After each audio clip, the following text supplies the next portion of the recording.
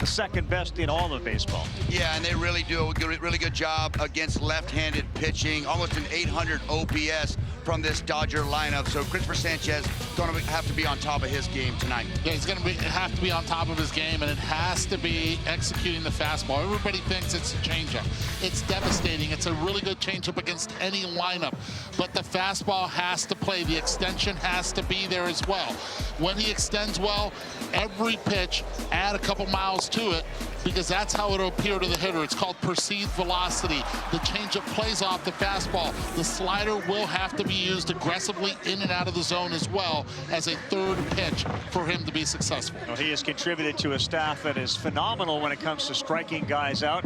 They lead the majors in that category. And you see his numbers and his usage. To Eddie's point, it is that sinker. It struggled a little bit. Changeup near 40% and a slider. So earlier, what this has become a tradition with Sanchez and Don Mattingly. You watch as he went through the line, get a little high five and then thumbs down, and that means shut down. In their world, shut it down. Don't let them score, and if they do, we got to make sure after we do, they get a 0. One of the most important things from the pitcher and catcher, your team scores offensively. You want to go in and get that shutdown in and keep that momentum on your side. Don Mattingly knows that really well. So having not a chance to score or run themselves, let's just shut them down to make sure they don't grab a lead. Yeah, don't ever let them score. Before the game starts. Well, right away, one of those all-star type showdowns to get this thing started. And really quick, he acknowledged Dave Roberts because of the all-star game and everything. There's a mutual respect amongst those two. Even before that first pitch, acknowledging the opposing manager, something that Christopher Sanchez has really never done. And in having a great conversation with Dave Roberts, he loves everything about Christopher Sanchez, except tonight when he's dealing with his own Dodgers and Ohtani. He swings at the first one and misses. That pitch was a sinker. It was down. So much for being patient at the plate.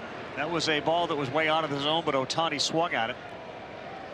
4 for 10 against Sanchez. Good numbers. And a .290 average to get things rolling.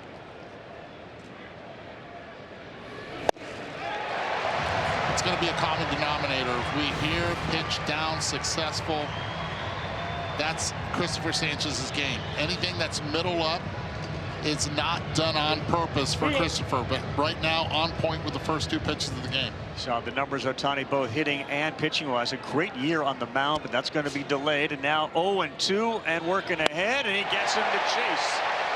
He went with a slider there, which you don't see very often, but a couple of sinkers and a slider. Ohtani is down. One of the best pitches in baseball is that left-on-left sinker in, and you saw Ohtani just leaking a little bit on that last pitch, looking in again, and a nice slider there from Sanchez. Just can't stay on it after those 2 sinkers deep in there. Really nice sequence there between him and Real Muto. Here is Andy Pages. What a breakout year defensively last year, and now the whole package. And he swings at one down. That is 4 pitches and 4 strikes. And has any pitch been in the strike zone?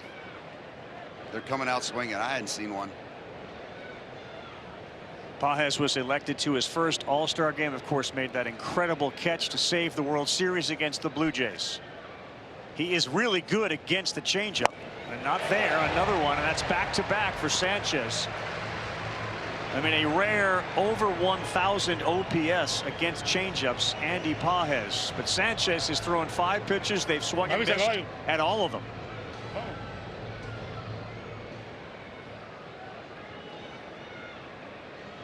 Number in the upper left shows you how effective he has been.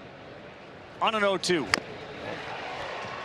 And with the great year that Andy Pages had, all-star, he has struggled his first at bat all season long. A guy who likes to get his timing and really settle in as the game goes, and his numbers just continue to skyrocket each and every at bat. Phillies defense, especially in the infield, hasn't been great with Bohm and Turner on the left side. Bryson Stott and Bryce Harper on the right. Swing and a miss, and not even close to a pitch in the zone. Man, that's a slider, and they are aggressive. That's 2 strikeouts. You know, when you have the side view mirror and it says objects appear closer than what they are, or whatever it may say, well, this is exactly what Christopher Sanchez is doing, pitching as an illusion. You think it's going to be a strike. told you, it's not only going to be the changeup, it's going to be the slider as well, but it all feeds off the fastball. Here is Tommy Edman off the bench yesterday against the Yankees to hit a home run. He hits third for LA tonight. He takes one, and that's the first one somebody took that was way out of the zone.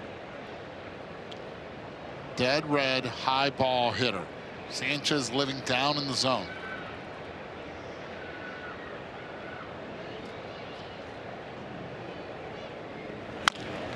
Rolls one foul.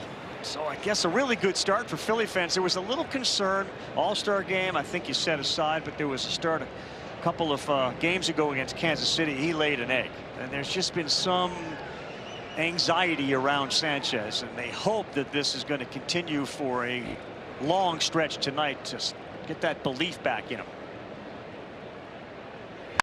That ball smoked, and it is going to go hooking foul, but he was all over a high fastball. That's the problem. You can't go up there with Tommy Edman. He's one of the best high ball fastball hitters against left-handed pitching in the game. Now for Sanchez, he's just a different. That's why you bring a glove to the ballpark right there. We need to send that clip to Anthony Rizzo. Let him know how to catch whoa, the whoa, foul. whoa. That's barehanded. Barehanded. And that one got Tommy Edman. So Sanchez has thrown the ball off the plate. Is Las Diaz say, yeah, he is going to say, go ahead.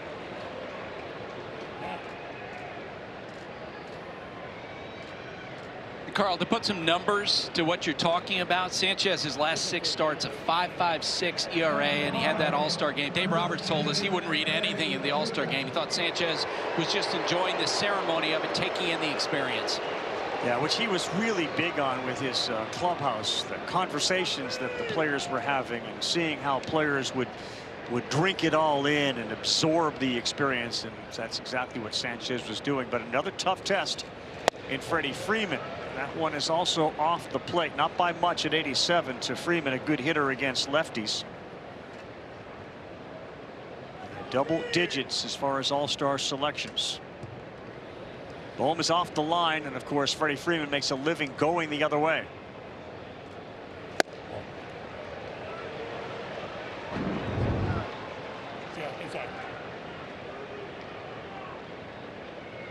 Couldn't see anything there. Must have heard something from Las Diaz. Must have heard some kind of noise to give him first base, and no challenge there from the Dodger dugout, over the Phillies dugout. 2 quick outs, and now Freeman the other way into left field on a hard line. He is at first base, and just like that, after 2 strikeouts and a hit batter, Freeman delivers to set the table for Mookie Betts. And when you're not swinging the bat well as of late, like Freddie Freeman, you allow that ball to get deep.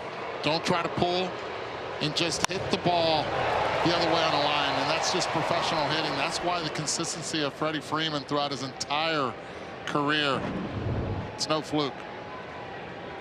Well, early in this game, given some of the concerns around Sanchez, this feels like a very big plate appearance for Mookie Betts, with 2 on and 2 down in the first.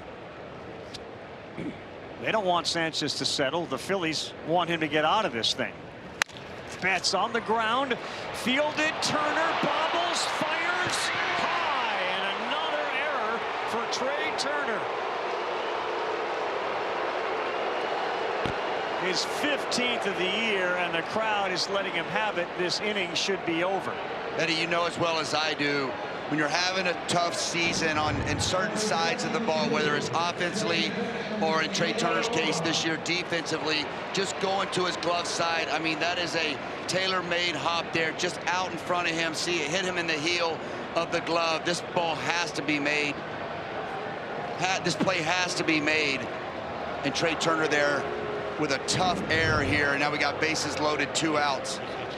And Miggy Rojas at the dish. In an observation, just watching a lot of Phillies baseball, ground balls to the shortstop for Trey Turner. He'd rather a ball hit to him backhanded than catch it that way, the traditional way.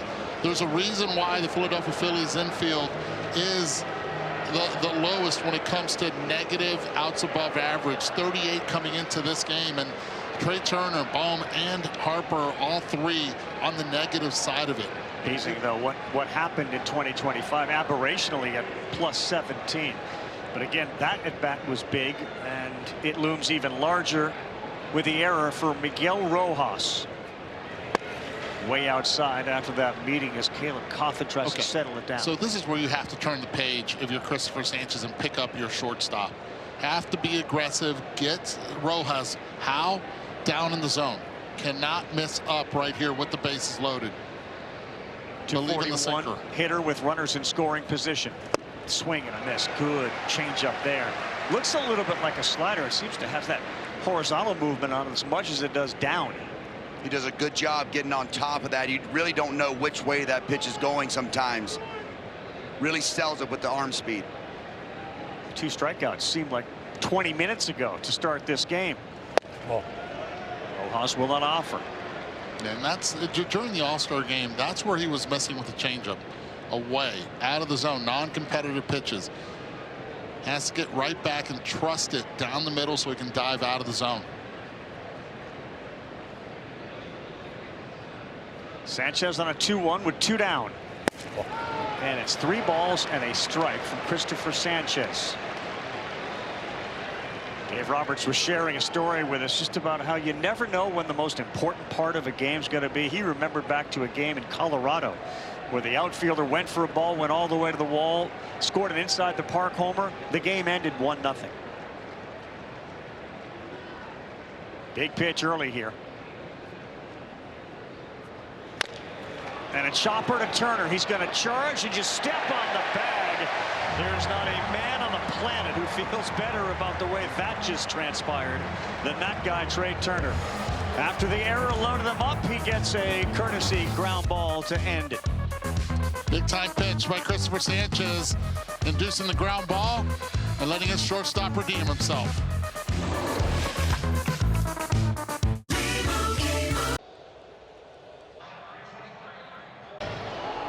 .33 homers, leads Major League Baseball. Schwarber on pace for another 50-plus home run season. He bats second.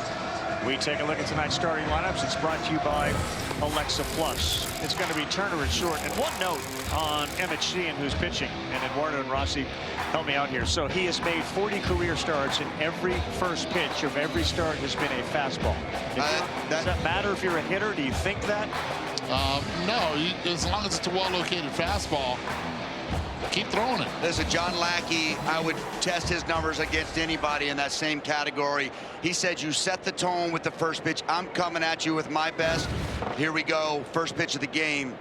You know what's coming. Do what you can with it. Yeah, here it comes from Sheehan, and Turner was all over it, and that's redemption. He goes to the gap. It goes to the wall. Fielded beautifully by Pages, but Turner's speed has him in there to second, and he jumped all over it to the tune of 110 miles an hour. Well, I talked about location. If it's dead red center, it's exactly what Trey Turner can do with it, and he gets in scoring position immediately on one swing. Watch the location of this pitch. Trey Turner had the same scouting report we did up here. He's ready. You can see I'm jumping on this first pitch heater. I know what I'm getting. And the Bronson Arroyo would always throw that little breaking ball. breaking ball first pitch. Little lob in. Here's Kyle Schwarber now against Sheehan, who is rocked by that double. And then the next pitch is in there. It's a curveball. He will throw a 4-seam slider, change, and curveball. The 4-seam fastball, which we just saw, and then that curveball. Slider about 30% of the time.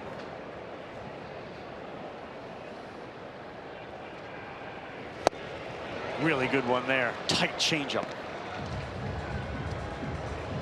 Really leans on that slider late in the count. It's almost a 40% swing and miss rate on the slider. Yeah. Through 101 pitches, his last start, most of his career. Ahead of Schwarber 0-2 with Turner a good base runner at second. That was a chase pitch right there, designated to be thrown up in the zone, perfectly located, speeded up to try to attack and bury the slider. I mean, this is right at his hands. I mean, this might have hit him if he doesn't get it. Looks like Schwarber was looking up for that 4-seam fastball.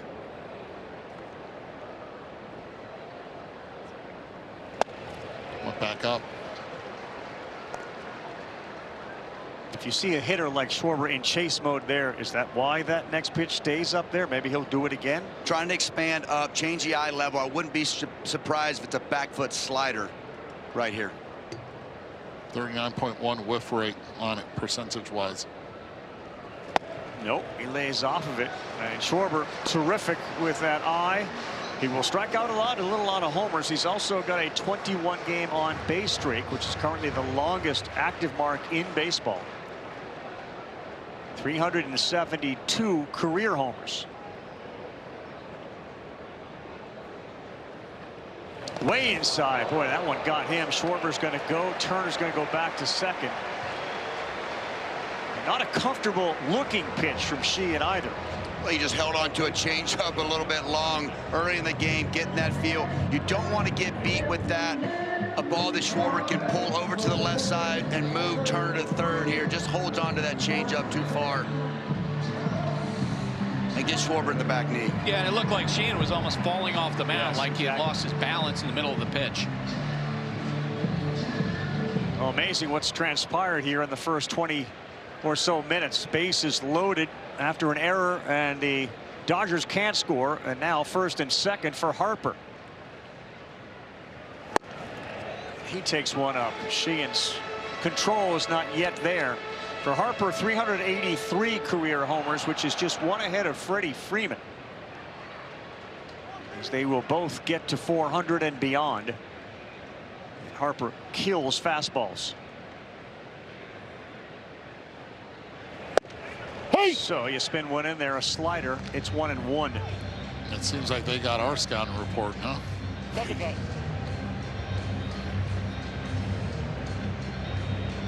A double for Turner. Schwarber extends his on-base streak to 22 games as he got hit by a pitch. And Harper to the tune of 1141 against the fastball. Sheehan uses that more than any other pitch.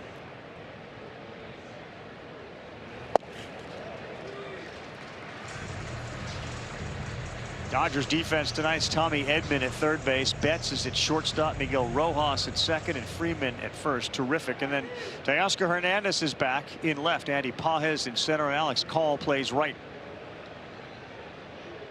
Harper's got 20 homers this year, and he takes another one that's way off with a changeup. Okay, so that right there is 4 consecutive changeups that he's not been able to land for a strike. He's only thrown one for a strike. That was the first one he threw. Hitters have to be aware, especially left-handed hitters for the Phillies, his inability of being able to control that change. Harper's over 300 with runners in scoring position. Got one there, and he rifled through it, but it's by him. That 94. To your point, Eddie, it's so key that Dalton Rushing continues to call that changeup and get that feel for him. If you limit him to 2 pitches with these lefties at the top, it could be trouble. Wonder what the impact of that Turner turnaround on that fastball had been. He hadn't thrown many. Finally gets one by Harper. And what will he throw on a 3-2? Off speed. Harper lifts one to left. That's where Teoscar Hernandez is. He backs up. Turner will go about a quarter of the way and then turn around. And a big out of Bryce Harper. And Bryce not too happy with that fly ball to left field. He knows he didn't accomplish the job of being at least able to move Trey Turner to third base to get it on the pull side. Takes him off the changeup, and he has to reach out for it. And as soon as he hits it in disgust, Dogs over to first. Rossi, I feel like that I could almost hear you golf clapping that he called that pitch on 3-2 against Harper. Yeah, you knew it wasn't going to be the fastball after the 3-1. I was expecting fireworks if he threw another heater. Bohm is their best hitter with runners in scoring position, an 881 OPS, but the pitch there is high. 1-0 to the cleanup hitter for the Phillies, the third baseman. He sacrificed a little bit of power for a reduction in strikeouts. His launch angle is a little lower this year as Sheehan steps off.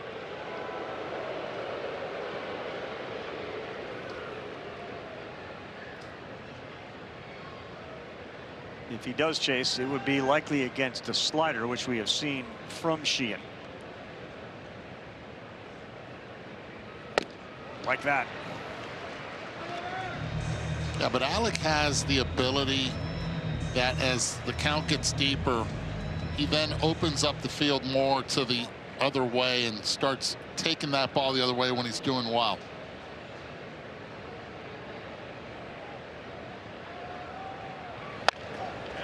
Right in on his fists. He sawed it off. It's not a team defensively that makes a lot of errors. They also don't turn a lot of double plays, but there's not a lot of runners on to give them those opportunities. They're 28th in baseball, having turned just 57 of them. But their 36 errors are tied for the best and fewest in baseball. Oh. Good take there. I know Bowman's not had a great season number-wise, but leading the team with an 881 OPS with runners in scoring position. So this is the guy you want up right now early in this game for the Philadelphia Phillies. Dalton Rushing is catching tonight. There is some concern about Will Smith, though Buster will update us in a little bit. News appears to be somewhat encouraging. Sheehan on a 2-2. And boom, spoils that. Really been able to change speeds with that slider so far, Eddie. Anywhere from 83 to 88. Manipulating that thing to lefties and righties. Keeping those guys off balance and off that heater. He's been going changeup as well with Bowman. So he's going changeup, sliders, through the fastball as a first pitch. Maybe he'll try to elevate here. Towards the hole. What a play over there in third. Edmund Rojas. Oh, boy. That's why they are #1 when it comes to defense. Tommy Edman turns it to Rojas, and they get out of it with a double play. We'll add another number to that double play turn. Amazing play here by Tommy Edman. Hadn't played a lot of third. Look at this. Sticks the glove out, slides, and gets rid of it quick. Great play from Tommy Edman down there at third base. Sheehan loving it.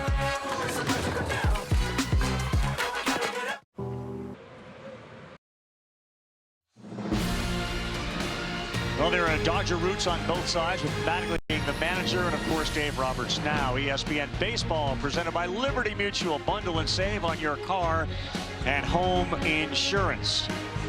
Mattingly had won 3 consecutive NL West titles and never really got over the hump. He was missing his family, had a young child at the end there. He took the job in Miami, left LA. In comes Dave Roberts, and as you know, the rest of the story for Roberts and the Dodgers.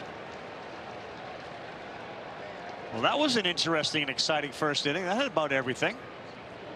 Got a lot of action here. Teoscar Hernandez, really good numbers off Sanchez. 5 for 12 with 2 homers. Just getting his feet underneath him after the injury. Teoscar is back. And it's just the timing issue, right? I mean, how long does it take, Eduardo? You were a hitting instructor, let alone a hitter. What do athletes and baseball players tell you about that? Guys that have shorter swings, it's a lot easier for them to come back. You see the Tommy Edmonds, they come back from injury pretty quick. A guy like Teoscar Hernandez, who has a longer swing, it takes him a little bit longer to be able to get that timing. You have to start earlier. You have to see the ball a little bit earlier out of the hand. Both these teams faced New York teams. Mets came in and took 2 of 3 from the Phillies as Teoscar goes down the line, heading over there. Rincones, and in the corner, is able to make the catch up against the wall. Nice play, Gabriel Rincones. Let's go back to get an update on the Yankees. Yeah, Ravi, they split that doubleheader with the Dodgers last night. First inning, Doug, they're tuning up the Pirates with Jazz. And Jazz had the big home run to get the win off the Dodgers. He is finding the stroke, and it's power stroke. Pirates have 2, though, here in the second. Ravi, it's 4-2 Yanks. 50-50, Jazz? What? Back-to-back days that he has gone yard. Here's Alex Call. And just think about the long day that the Yankees and the Dodgers had yesterday. You had a doubleheader. First game started around 12:30, and by the time they got here to Philly, it was 2 o'clock in the morning. Sanchez got 7. First inning, swings and misses. That one just missed inside. And it's amazing, too, because Roberts, when we all said 2 a.m., you guys said, that's not bad. And he's like, no, it's not bad. 2 a.m.'s not bad. Well, they're on West Coast time. Yeah. Right.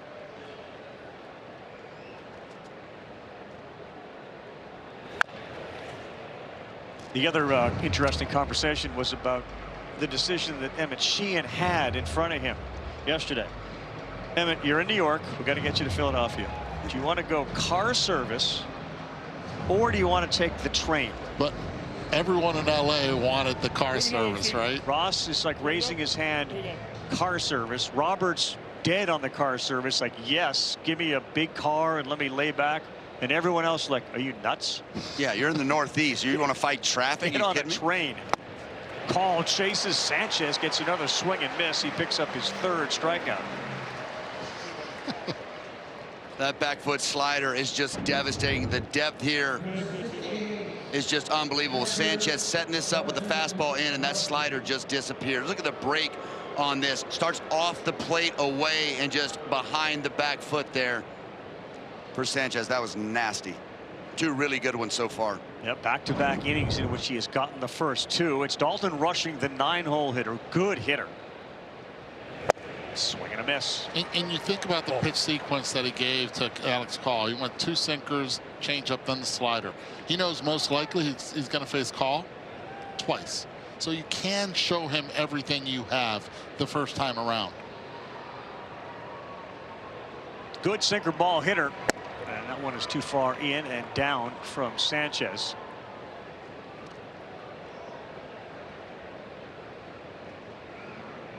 Sanchez's job here is to try to make him chase. Show him something that looks hittable and wipe it out of the zone. Another swing, another miss with a sinker at 95.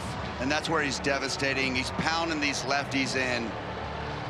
Getting these guys to swing in off the plate is going to open up so much more away to these left-handed hitters the more he's getting them to chase inside.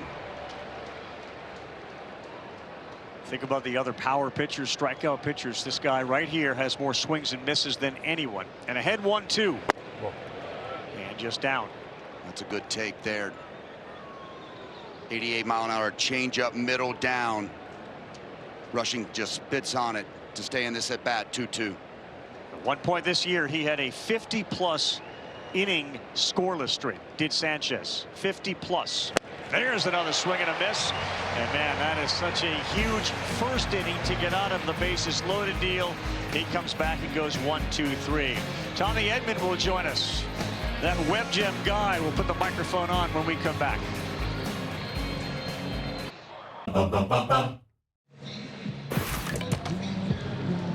We're back. Alec Bohm at the plate. Hit this. Tommy Edman. Boy, snared that. Started a great double play to Miguel Rojas, second baseman, who fired over to first. Little love for Mookie as he comes off the field. Tommy Edman kind enough to wear the earpiece and the microphone as Brandon Marsh gets set to step in.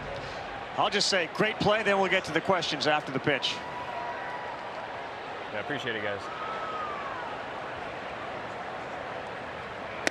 And that one's a little high. So what goes through your mind when that ball's hit? How do you play it?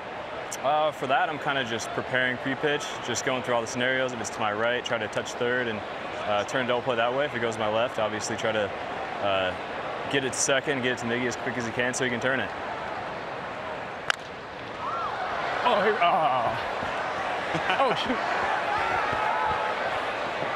Nobody saw it. That would have been a little too far. Dalton, did you pick it right up, Tommy? What was that? Did you pick the ball right up or no? I picked it up, yeah. Clearly if I was playing in, I maybe would have had a shot at that, but I mean, that was pretty far back there. It looked like Dalton saw it for a second, and then it looks like it lost it. It's a tough sky here tonight.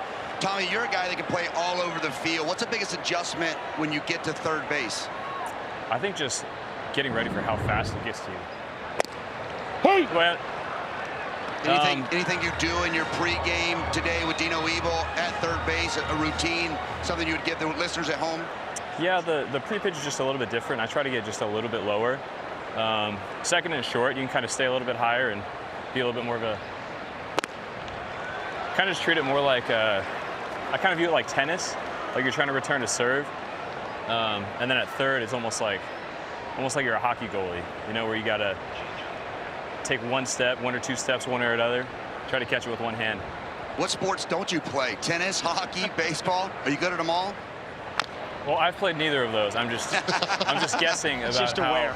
I just think that's how I would play it if I did play those sports. Dave Roberts said you live on a golf course. You got to be a great golfer. No, I'm terrible. Oh. I'm really bad. Maybe he said that too. No, he didn't say that. He did. No, I am near a golf course, but I got a lot of work to do on my game. Well, the game you're playing professionally, you're doing really well at. As Marsh chases one down, Sheehan will get his first strikeout of the night. Tommy, with all the positions you play, which one is your personal favorite? I grew up playing mostly shortstop and second, so I have the most familiarity there. I started playing third base in the minors, I think back in 2017 maybe, and then I actually didn't play outfield until I got to the big leagues. So it was a bit of a transition. Here's Stott. And that pitch inside misses. We talked about it. The first inning was wild here, Tommy. We had bases loaded, and Turner made an error, and they got out of it, and then you got out of it. How aware as a baseball player, how aware are you of the importance of every inning, especially a first inning? Yeah, I mean, when you get runners on, that's kind of the name of the game. Just getting hits, getting big hits with runners in scoring position. I mean, Sanchez is really tough, so I think it was good that we put together an inning in the first, and got some guys on base, put a little pressure on him, but we're obviously going to have to get some big hits at some point. Can you feel everybody, including the pitchers, settle in after an inning like that? Hey! Sanchez had a good second inning there, pretty quick. So Sheehan looks good here. Sheehan looks awesome. He's nasty to Marsh at first at bat, and got ahead of Stott here. Hopefully, he can finish him off. But yeah, for him to come back after a long first inning. That's going to get down, and that's a Bryson Stott hit. Continuing a terrific season for Stott, the second baseman. 1 on, 1 out. Tommy, here's a question from a fan, and it's a pretty simple one. Maybe you know the answer. Who coined the nickname Tommy Tanks? That came from a stretch I had early on. Early on when I got traded to LA. I had back-to-back 2-homer games, and I got traded here not known to be like a home run hitter, and I think it kind of surprised some people. So somebody, I have no idea where it came from, but somebody gave me that name, and I guess it just stuck. Do you like it? It's kind of just become, just a common name. Yeah, I do like it, yes. Okay, good. Real Muto is the next batter. Tommy, every time people have the mic on, just want to let you know there is 1 out. Want to make sure. I appreciate it. Thanks for keeping me in check, guys. That's a good teammate right there, Tommy. That's right.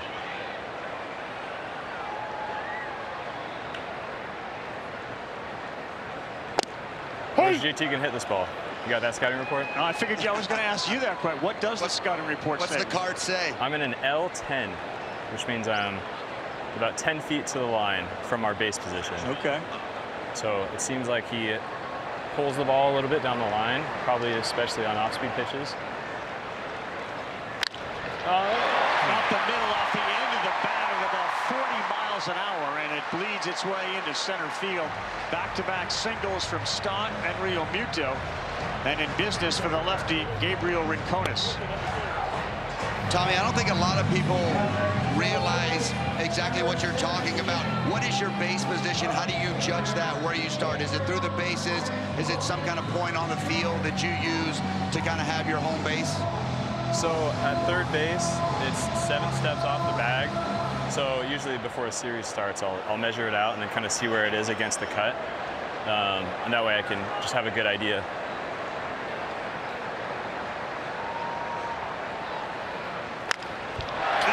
Also into right field. 3 straight singles, and this one from Rincones has the throw coming in, cut off by Freeman. It's 1-0 Philadelphia. I'll tell you this, that's a nice. He might have been for a second, but you also got to prevent this guy in first from scoring as well. And it's exactly where I was going with it, and you have a really good perspective on the field from it. As we look at the replay, holds it like a split. Ball stays up in the zone, and Rincones, reading where Alex Call was going to make the throw, ends up going to second base, taking the extra bag. That's heads-up base running.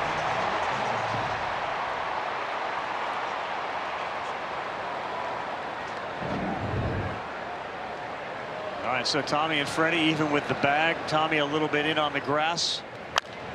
Swung on and popped up. He's gonna get this one. Just barely.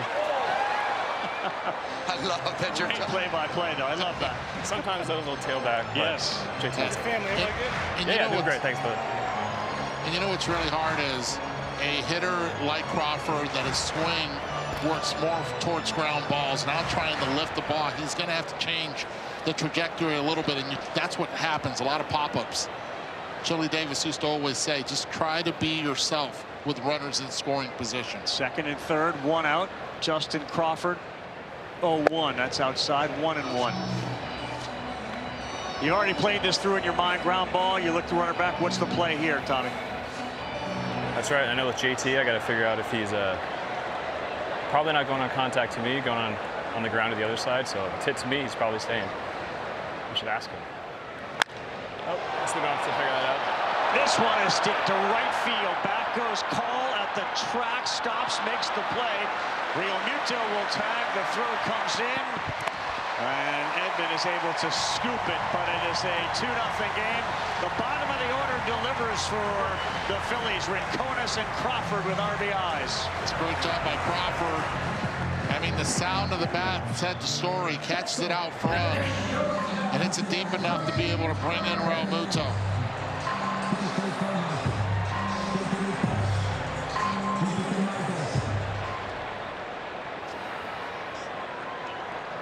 We talked a lot about the Dodgers' depth at the bottom of their order, but tonight it's been the Philadelphia Phillies who have delivered. Now Turner back up in the dirt, and a critical scoop by Dalton rushing. Trey's a tough one here because he's really fast, but also hits the ball really hard. So it's a little tough to figure out where to play. Well, that double to lead off the game was 110 off the bat, his highest exit velo of the season, Tommy. So he's feeling sexy today. That's right. I got to get extra low here. That ball is smoked to left field. You can get as low as you want. It ain't coming back. Turner on double and now a homer. And a 4-0 Philly lead. The double was a fastball. The slider was the homer. 101.1 miles per hour. Launch angle, distance, 2-run homer for Trey Turner. He's locked in. And sometimes it's tough calling a game, and you give up that first pitch fastball hit. You want to run away from it, but you got to keep all the pitches in the mix. I think Trey's sitting all over off speed right there. He got exactly what he wanted. Trey Turner's 13th of the year. RBIs 36 and 37. Schwarber strike one.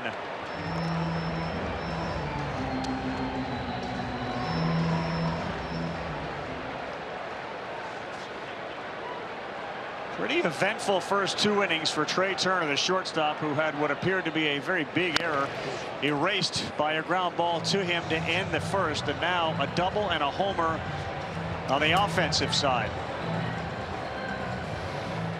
You know, I don't think I'm going to hop on the mic with you guys anymore. I was taking that after that first run scored. That's a quick way never to wear the mic again as a player, isn't it? That's right. It's just bad luck. Superstition right there. But you're going to come up and do really well today and turn this thing around. See, it plays both ways. Maybe it's just an offensive mic tonight. That's right. It's going to be a long night. There you go. I thought that earlier in that double. Big swing there for Schwarber. Tommy Edman, thanks, man. You're a class act. We appreciate you being with us. Thank you. Appreciate it, guys. I'll talk to you later. Thanks, Tommy. Philadelphia 4, Dodgers nothing. Trey Turner a double, and halfway to the cycle through 2 innings as he goes Yardo to left. Philadelphia and Sanchez 4-0.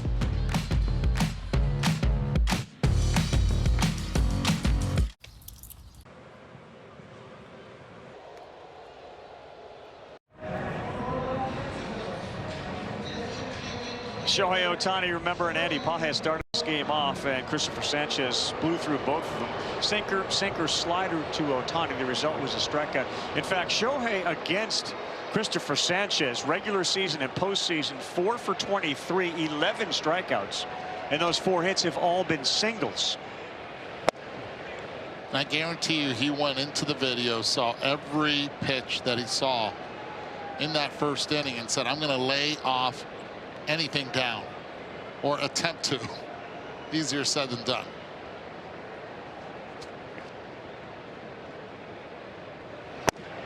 It's amazing, guys, for all the home runs that Ohtani has hit in his career, there are 2 ballparks that he hasn't homered in. This one, which is a great hitter's park, and the Great American Ballpark, which is another great homer park. That's insane. Ouch.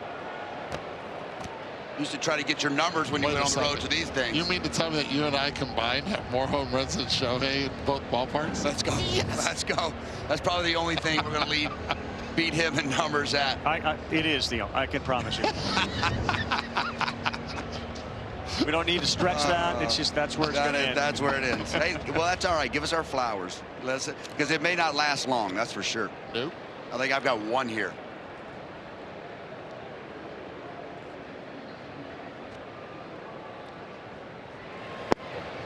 So here's a different number I was going to ask you guys about. I checked around today and asked folks who know Ohtani, and they think he's never had a cheesesteak here. Rossi, Eduardo, how many for you guys? Oh, wow. Today? Ooh. That number's deep for me. Triple dig?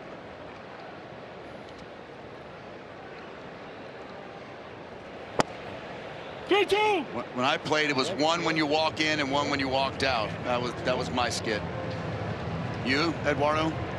Every day, you mean? 1 when I walk into the ballpark and 1 when I walk out? Absolutely no. They make a good one. I want to say we're well over 50. Payoff pitch. Ohtani on the ground, and this guy is terrific out there. Stott will travel all the way over to Harper and feed it to him, and Ohtani's 0 for 2 to start the night. So good when you have the combination of a pitcher that can get the swing and miss, but also induce the ball on the ground. And Christopher Sanchez has both. Yeah, I don't think he's visited Campos either.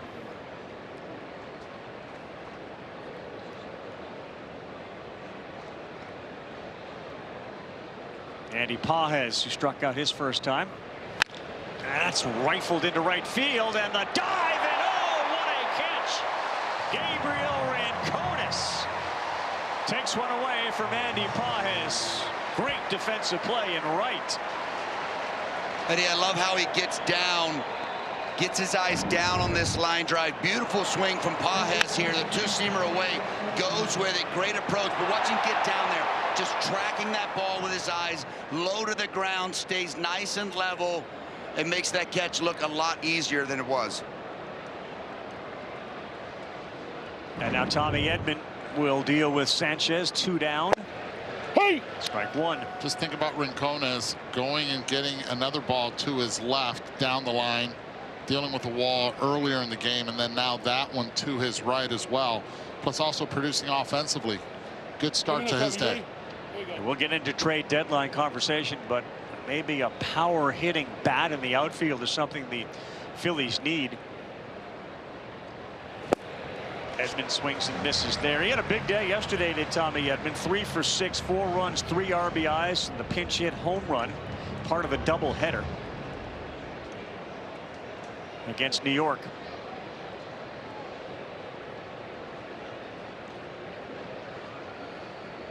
Sanchez has got 4 strikeouts on the night.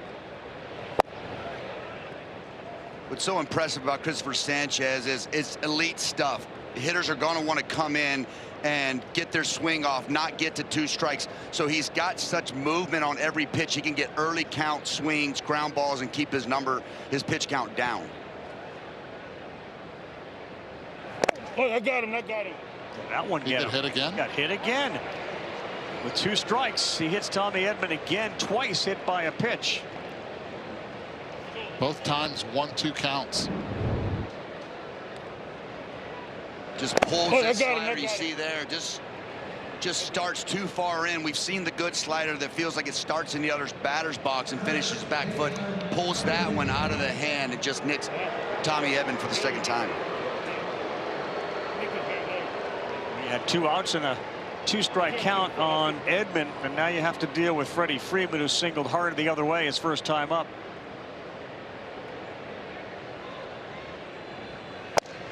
Hey!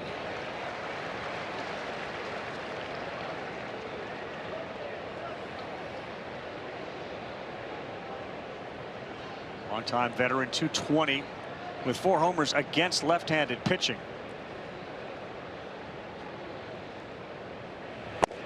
Hey! On the corner, that's a real good one. Down and away to Freeman. Sanchez had just 2 hit batters all season coming in, and he's matched that, or Edman has, by getting hit twice tonight. This is where it gets more difficult against Freeman with 2 strikes. Yeah. He went there in a really impressive inning for Sanchez, who had retired 6 in a row before he hit Edman again, but this time no damage from Freddie Freeman. Gabriel Rincones with a phenomenal play in right. At Ace.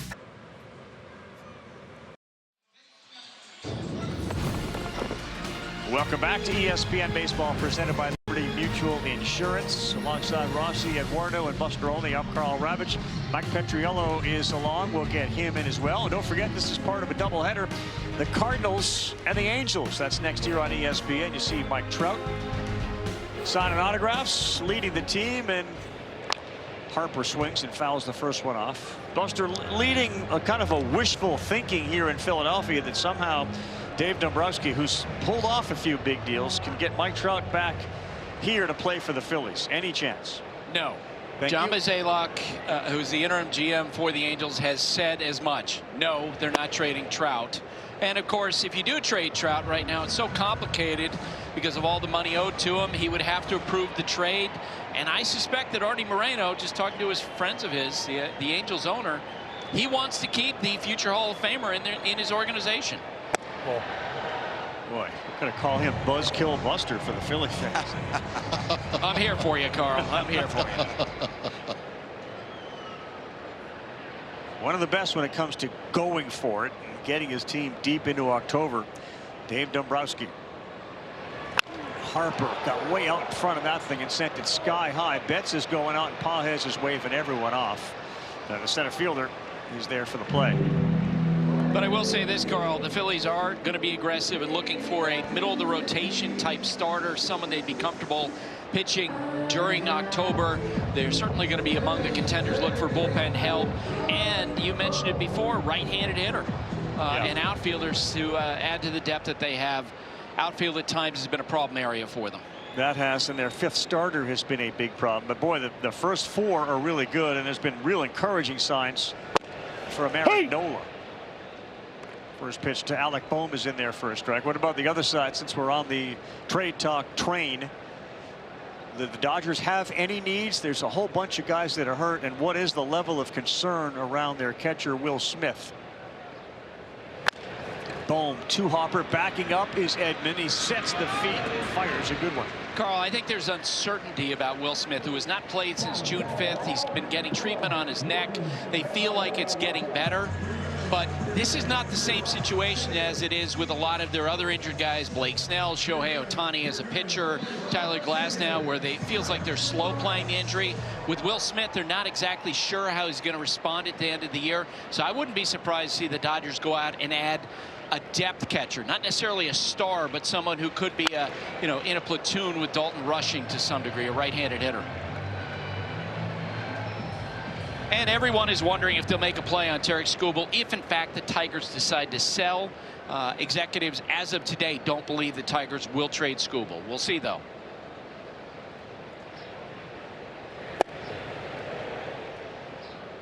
One from Emmett Sheehan, who his own story is really fascinating, interesting, typical journey, but not typical in the fact that he dealt with being raised by just his mom. COVID really turned his entire career around, and that one is hard on the ground. He went and worked his butt off by himself in his mother's apartment, set up a place to get strong, and look at him now at the major league level.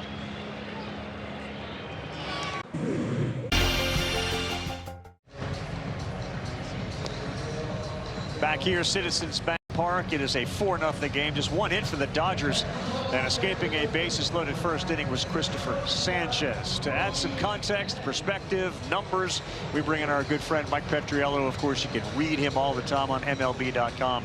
And again, it just feels like the first inning was really important, but for Philly fans to see this version of Christopher Sanchez has to give them some relief. What do the numbers say about what he's done this season, where he's at? Yeah, the changeup's the big deal here. Like earlier this month, he gave up 3 homers on the changeup in one game. He had given up 3 homers on the changeup all of last year up to the end of June this year. So it's a big deal. And the reason for that was he wasn't getting as much horizontal break. Usually it's about 17 inches, which is pretty good. But early in the month, it was down to 15. And I am happy to report that tonight it is back up to his normal 17. And in case you think that doesn't sound like much, what have we been saying for 150 years? Baseball is a game of inches. Those 2 inches are a huge deal. Hey! Yeah, so what causes that, Rossi? I mean, you've caught a lot of guys. So I mean, 2 inches does feel very small, but as Mike appropriately points out, it's big in baseball. Well, Donnie talked about it. It's about when his arm's moving fast and feeling good. You do go through moments during the season where your arm doesn't feel great, and you might just be protecting a little bit, having a little bit of that soreness maybe from a long outing. But when you get a little bit more rest and able, you know, that's why we push that rest for these starters, especially during the All-Star break. Really being able to sell that with the quick arm, which Donnie Baseball said that's when he knows he's at his best. 2-1. Mookie hits this one to left field, and there's going to be no dive there from Brandon Marsh. Betts is aboard.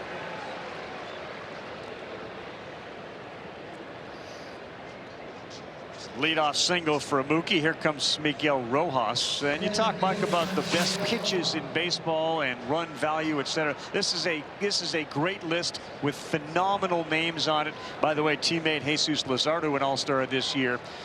What is the unique aspect to the Christopher Sanchez changeup?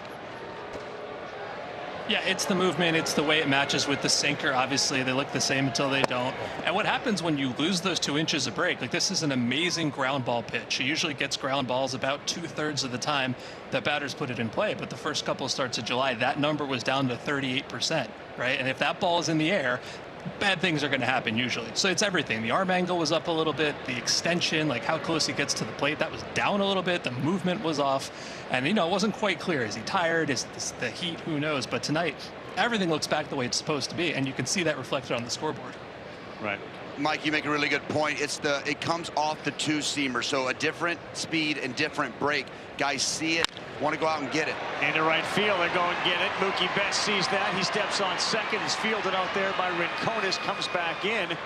And all of a sudden, that sinker got hit that time by Rojas. Yeah, and that's a great job right there by Rincones again. Third really nice play that he's made in the outfield. This one is cutting it off and being able to throw a strike to second base, forcing Rojas to stay at first, especially when you have a pitcher like Christopher Sanchez, who's a notorious ground ball pitcher. You see the extension there. And keeping Rojas at first, you're 1 pitch away from getting out of this inning, from getting 2 outs in this inning.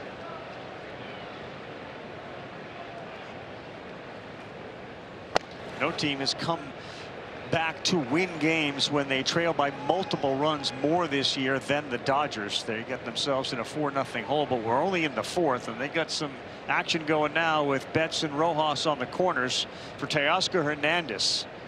Good hitter with runners in scoring position over his career. He checks that one, and that is a strike. And one of the ways to approach Christopher Sanchez is you have to sell out if you're a right-handed hitter and just think middle the other way, because that ball is running away from you. The only pitch that he has that comes into you is that slider, and it's usually designed to be a pitch out of the zone.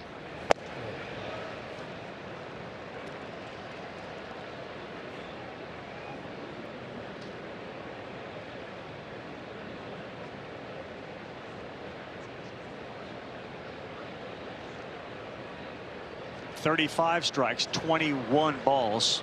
As Sanchez gets set 2-1 to Teoscar. That's 3-1.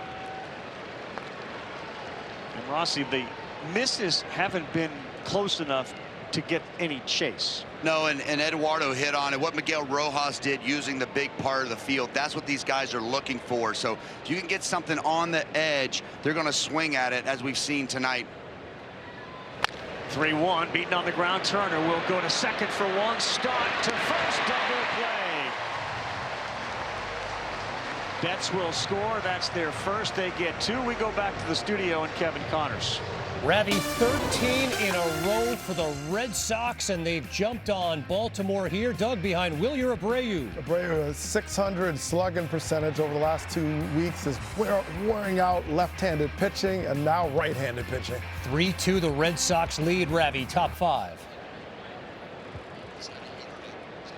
Yeah, it has been remarkable, and it has been a confluence of factors that have led Boston on this 13-game streak. Caleb Durbin is hitting like they thought he would hit. Their defense has been phenomenal. Abreu has been out of his mind. Yoshida has been great. And the pitching from Sonny Gray to all the young lefties is about the best in baseball. I really want to point out a great sequence here from Realmuto getting that double play. We talked about Sanchez, just some non-competitive off the plate. Realmuto sets up a little more on the plate there, pulls that two-seamer in a little more to Hernandez and gets the ground ball double play. Big pitch there and a nice job by Realmuto making an adjustment for his pitcher. 0-2 to call.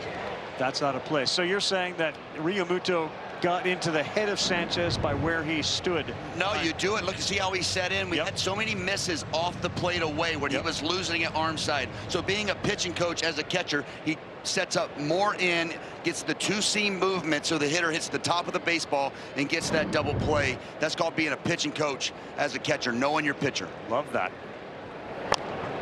And the beauty of it is, because he saw 4 consecutive changeups, all of a sudden that sinker, with what Mike Petriello was talking about, the extension that he has, got on him just a little bit more. The 94-mile-per-hour pitch that was registered looks more like 96 with movement.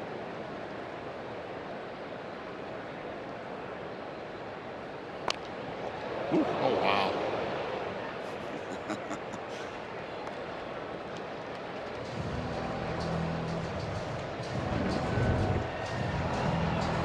You see here, just call taking that slider, and I'm not swinging and missing at that one. I'm throwing the hands at this bad boy. Heads up, Freddie Freeman. And Max Muncy taking cover. Cool. A lot of times you see fans behind home plate on a foul ball directly back at him, and there's a screen there, and they're just ducking everywhere. Max Muncy proved baseball players do the same thing. There's a big screen there in front of him. He was ducking for cover.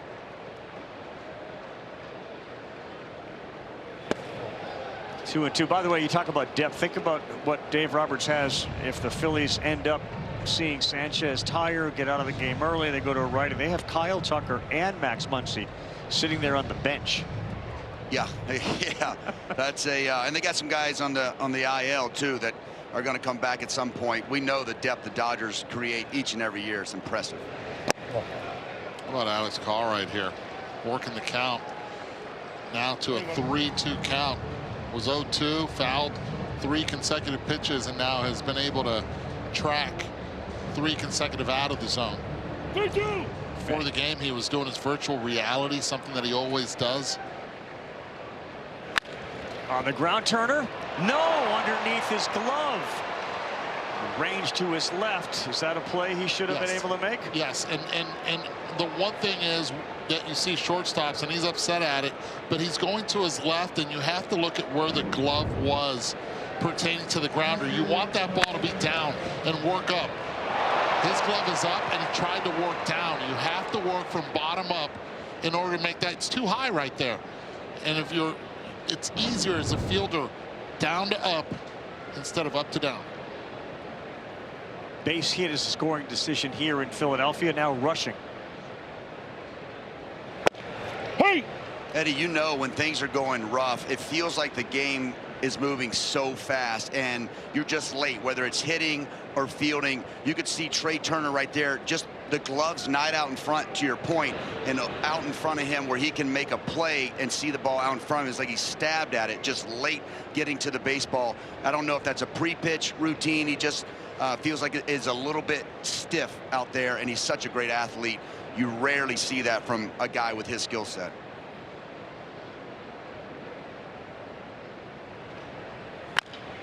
You mentioned earlier when Rincones dove for the ball, how low he was with his eyes, keeping everything down on a line drive in the outfield. When you're playing the infield, it's the same thing. You got to take that nose to the ball. You got to stay lower and get that glove down. He is so athletic, very athletic as a shortstop. We saw him play in D.C., also in Washington. We saw him play the center field his first year, then goes right back to the infield. Well, Rio Muto's going to challenge that. He was called the ball. Just telling you the ball call. The ABS system is powered by T-Mobile. He thinks this is a strike, and it gets the top of the zone. Sanchez will get out of it. There was a double play in there, 6-4-3. Call single, he gets stranded. They get one. Hulu and ESPN Unlimited. Back here in Philadelphia with Phillies manager Don Mattingly, Christopher Sanchez has pitched through a couple jams. What have you seen in him tonight? No, he's been good. He's been sharp tonight. And we put him in a couple of little jams.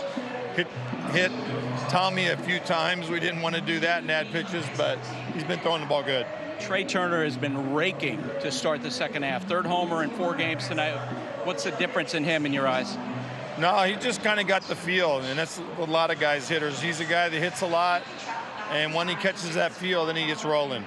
Don, thanks. Carl, back to you. Hey! Buster, thank you very much. Interesting. Even the double play didn't look like there was a great deal of confidence from Trey Turner, so we'll keep an eye on that as Bryson Stott leads off here in a 4-1 game, bottom 4. It was this part of the order that got things going for Philadelphia with 3 consecutive singles from Stott, Realmuto, and Rincones in the second inning. And then Crawford with a good at bat, a sacrifice fly deep into the outfield to bring in another run. And Turner hit the homer. There's an old saying in baseball, knock in more than you let in, right, Eddie? 100%. Stott has to jump out of the way at that. You know, Stott and Marsh, the storylines about both of them playing against lefties more often than they have in years past. But when you hear Mattingly talk about Stott, both offensively and defensively, you get the impression Stott's never coming out of the game. He loves his baseball IQ. And that also goes towards the base running as well. A base runner that runs with his head up, understanding where the defense is, where the plays are. If they're going to the right or left, he can get that extra bag. Smart. Sheehan's 56th pitch of the night, swing and a miss from Stott. He chased Cheddar up top at 94. Time for an update again on the Yankees and the Pirates. Guys, Jazz had the game winner last night. He went deep in the first and dug again in the third. I mean, the middle infield, Chaz Chisholm and Caballero, 4 for 4, 7 RBIs. 3 homers in Chisholm's last 3 at bats. Ravi, it's 8-5 in the fourth. 13 runs, 16 hits in that one. And the thing for Jazz is the home run he hit yesterday, he hit it to the opposite field, and every lefty, you can put Bryce Harper in that conversation as well. When they hit that opposite field home run, you know that they're on it, and something clicks mentally saying, okay, I have that, and it opens everything else up, and that exactly is what's happening with Jazz right now. They could use him to get on a hot streak with Judge and Stanton still out. Here is Rincones. He had come in 0 for 5 in the last 2 games, but a single and an RBI his first time up. Looks at ball 1. Catcher's challenge the ball call. We got a challenge.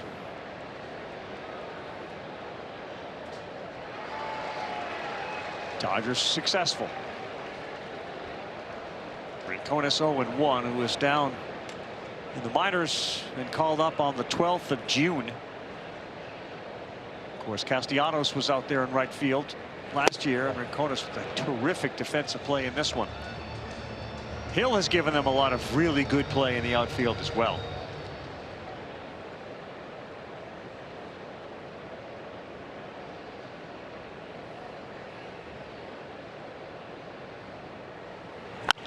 That ball is lifted right field. Call will stop shy of the track on a high fly, and he's there to make the play. Good inning for Emmett Sheehan. Took him 9 to get through the 4th. To the 5th we go after this.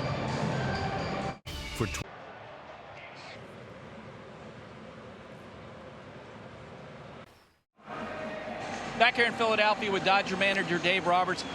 You guys have won 18 games this year when you've fallen behind by multiple runs, the most in baseball. Besides having great players, what happens in your dugout when you fall behind?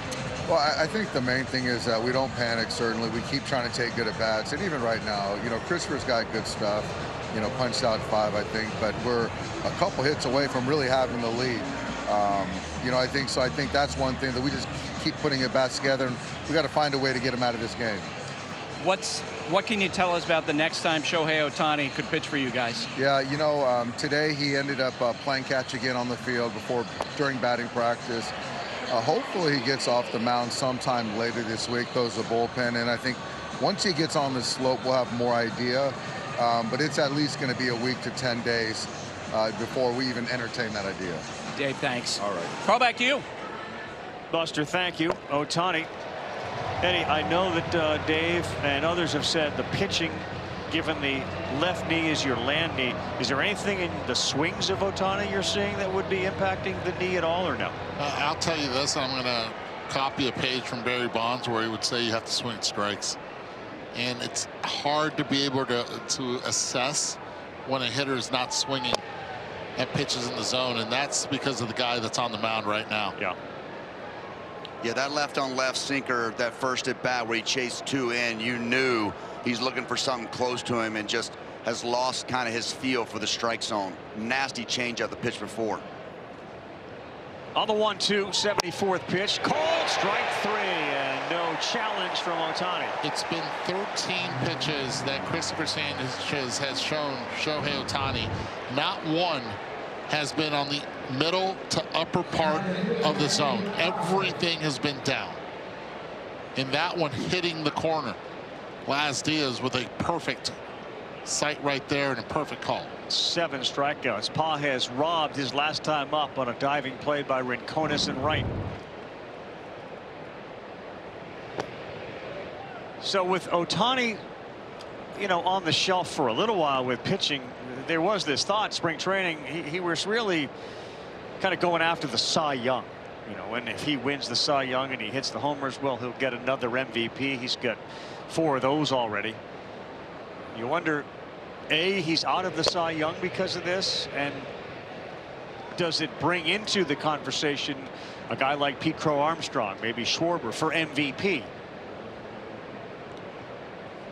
I mean, my take is the guy's still, if not the best hitter, one of the top 2 hitters in the game. And, you know, there's a lot of baseball left, and him being able to put up the numbers he has. I mean, last year he won it without pitching, and to be able to carry those types of numbers, he's still going to be in the conversation on a really good team, always surrounded by great players. He's still going to have his MVP caliber numbers. It'll just be closer than the runaway he had if he was still pitching.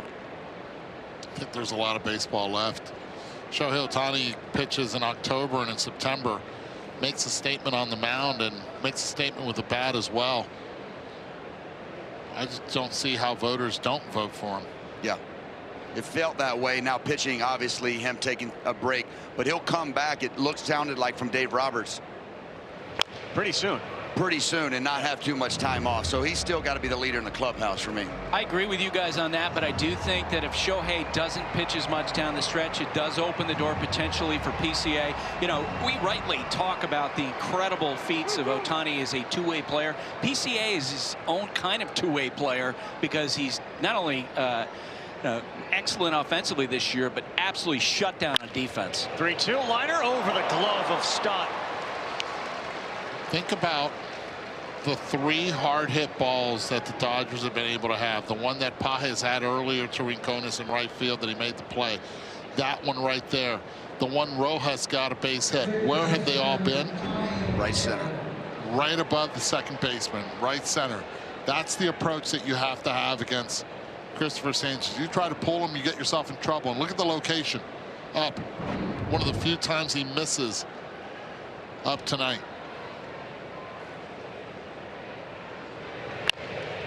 That's a foul ball. Just one more on PCA. You'll be able to see the Cubs. They'll take on the Tigers, and that is Wednesday at 8 o'clock, 8:10 here on ESPN. Tigers and the Cubs. So the PCA campaign can continue. The one thing I would say is that we're talking about Ohtani and maybe not pitching, but you know, PCA still has to put together a full season, a body of work. He has yet to do that in his career. Everybody else still has to stay on par to try to catch Shohei. No one to Edman. Just missed in 1-1. And look, the inherent advantage is nobody else can come back and pitch. Only Ohtani can do that. Right. Really good point, Carl. Sometimes keep it simple, stupid.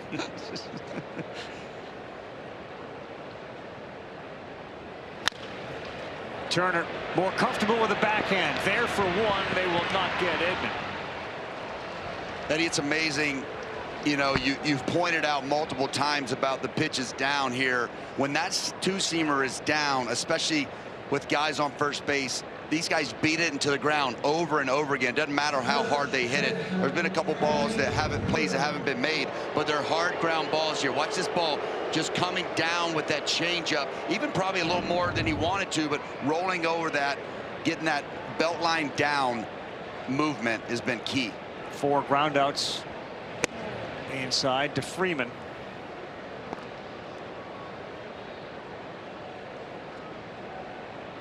Dodgers have made him work. 84 pitches so far for Christopher Sanchez.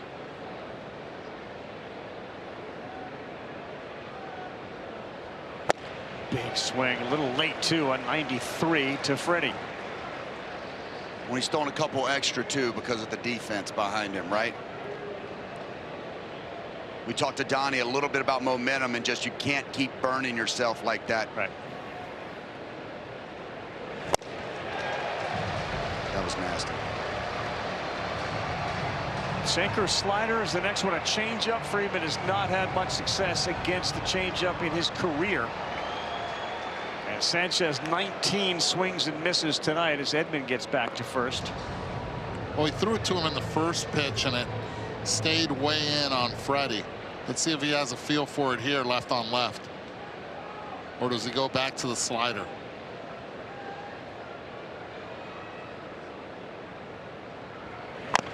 Boy. That's Freddie Freeman right there. That's an emergency hack. You got to get a laugh out of it. I thought he was listening to the sound system. Defense. Defense. Oh, that's way in there. Look at that. Look at his face.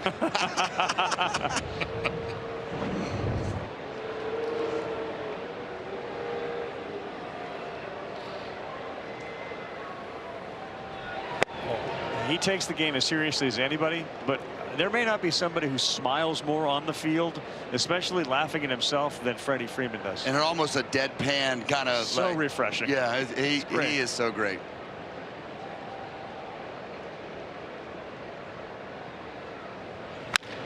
Two. Nice job by Harper, who played goaltender there as he went down and made sure it wouldn't get by him.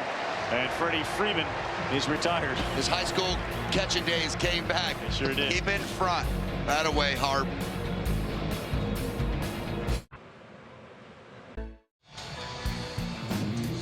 You can score big on authentic gear at MLBshop.com. From official jerseys and memorabilia to hats and hoodies, we've got the season covered. Scan the QR code or visit MLBshop.com, the official source of your favorite team gear.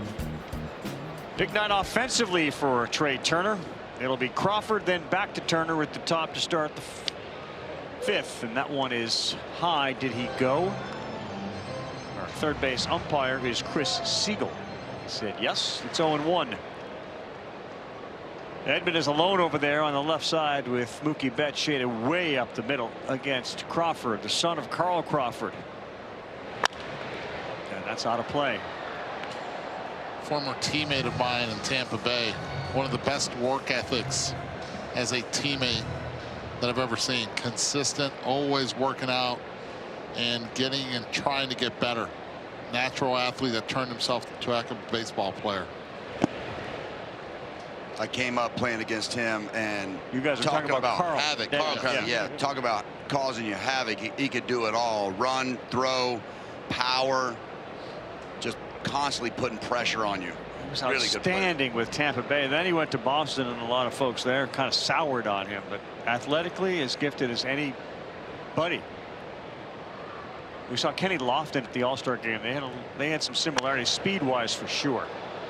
Oh yeah. I mean, one guy, if you're on first, you're on third. I mean, that was the Lofton, the Crawford deal. He's going to end up on third somehow. Wasn't Carl Crawford recruited as a point guard for UCLA basketball and I think Oklahoma football as a quarterback? And Lofton was a phenomenal U of A basketball player. 1-2. This is going to be a tough play. There's no play for Edman, as we talked about the speed of Dad. Well, the apple doesn't fall far from the tree. Oh, you can smell it too. As soon as it got past Sheehan, forget it. Tommy Edman said, let me just put this in my back pocket. We see Sheehan here just gets turned around. He finishes and just can't get back over to that other side. Once it passes him, like you said, Eddie, that's just a walk in the park for Crawford. Yeah, and he knew it too. And now you go with speed on the bases to terrific speed at the plate. But Turner with a double and a homer. And takes one high. The exit velocity on that was 51 miles an hour.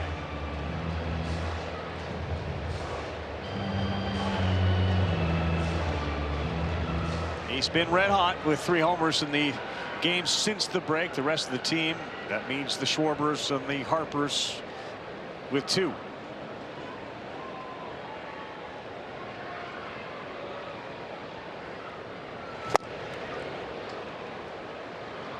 Nice hold there by Sheehan. Yeah. Got to mix your looks in these moments. Good runner. You want to maybe quick pitch on this one, slide step, hold, just mix your looks. Try not to give anything away. Swing and a miss there as he goes back-to-back sliders. Crawford's out there with 12 stolen bases. Turner's got 17. Turner has somehow cheated Father Time when it comes to his speed. You look at the other shortstop, Mookie Betts, and all of a sudden you realize like this is just not the same guy who was using his legs to win games. A little high there to Turner. While Trey still has that as a weapon.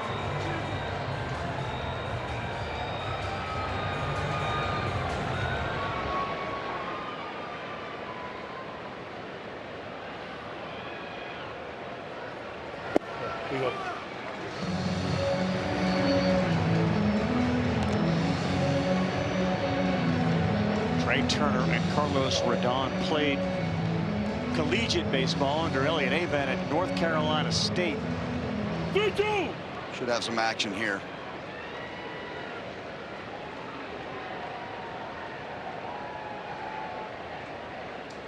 He's holding it. Crawford goes, swing and a miss. The throw down is not in time. Great speed. He steals his 13th bag. Turner retired on a strikeout. 4th of the game for Sheehan.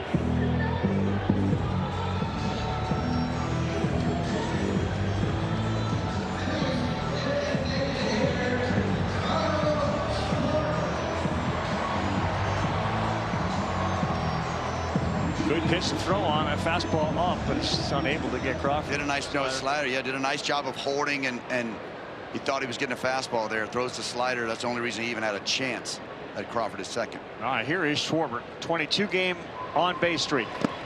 Inside, gets away. Crawford easily will take third. Easily. That's a tough one right there. You're down 3.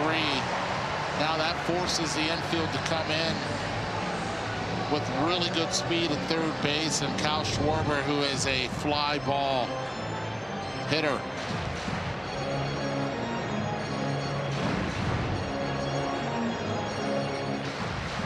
How much does that bother you as a catcher right there? Yeah, you're well, just like you're talking about winning the game, you're starting to fight your way back. Schwarber, that's a strike. The infield in everywhere with a power hitter who generally will lift the ball, hit a lot of ground balls, doesn't hit into many double plays. Not that there would be one here with a runner at third, but he doesn't hit a lot of ground balls.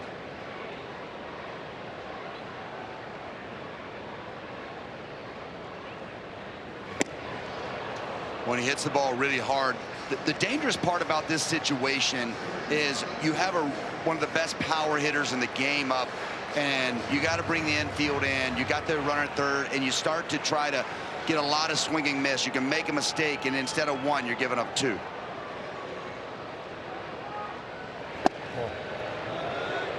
Didn't miss by much. If there's one hitter that has benefited so much from infielders not being able to shifting the infield, it's Kyle Schwarber. He took it to another level. He's committed more now to pulling the ball since they put that rule in.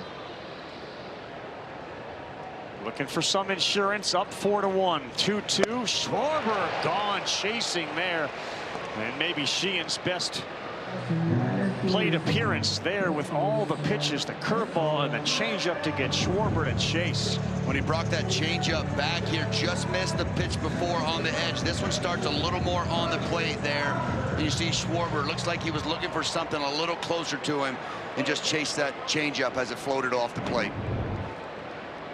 You know, walk Harper. Yeah, you're intentionally walking Harper down to first base to deal with Bohm.